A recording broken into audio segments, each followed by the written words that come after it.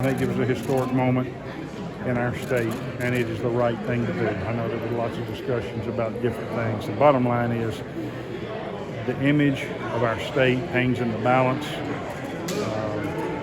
The reputation that we have.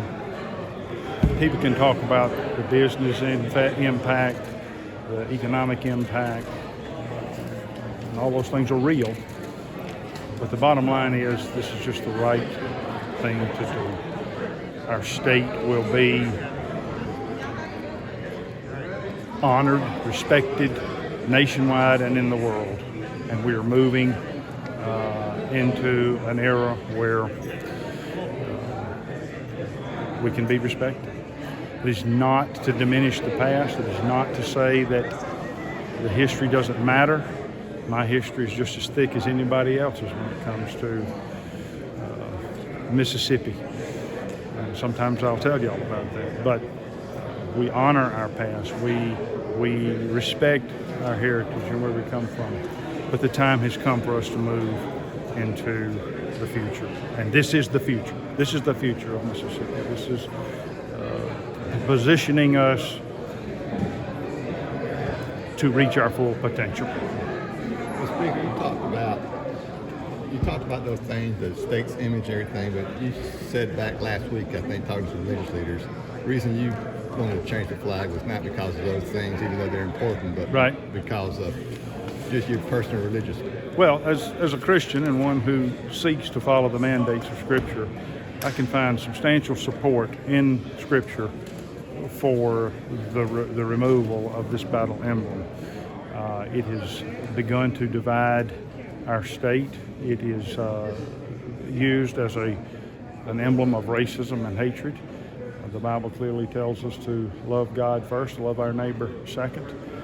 This has been used to divide neighbors. That is not the way we should go. We're all created in God's image. We are commanded to love our neighbor as ourselves. We are commanded to not do anything that offends our neighbor. If we eat meat and it offends our neighbor, we don't do it. And on it could go. I mean, there's 4 or 5 scriptures that I've quoted right there that, for me, indicate that the removal of this flag is the right thing to do. It's the God-honoring thing to do. I do not find any scriptures on the other side of the coin that supports the continued use of it. So that's for Philip Gunn.